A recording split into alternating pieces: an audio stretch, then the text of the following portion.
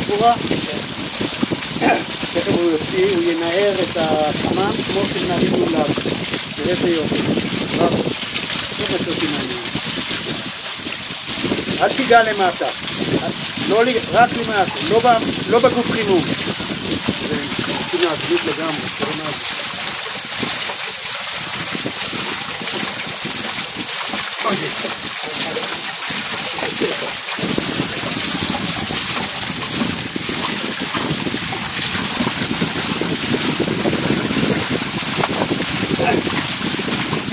המשמעות של העבוד שאנחנו רואים זה שבכל שאתה משתמש בבוילר אתה מחמם בו, אתה לא מחמם אבן, לא גוף אבן.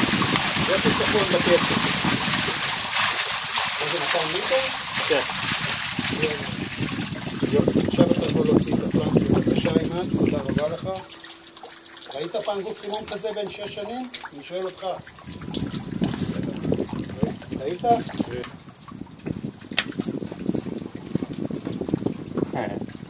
זה בשכיבה. מה זה בשכיבה? מנדל, ככה.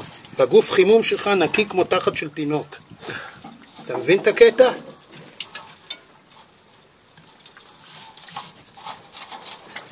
עכשיו תראה את זה. אם אתה לוקח אותה למעבדה, זה בשפה מקצועית ארגונית. זה מה שאתה רואה בצילומים של כל ההסברים שלי. שאני הסברתי לך, אתה רואה? זה אתה מצלם איזה יופי?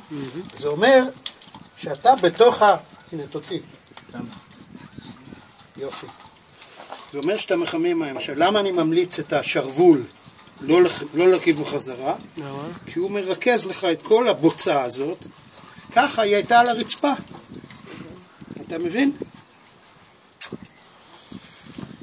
מה קשה? אימד.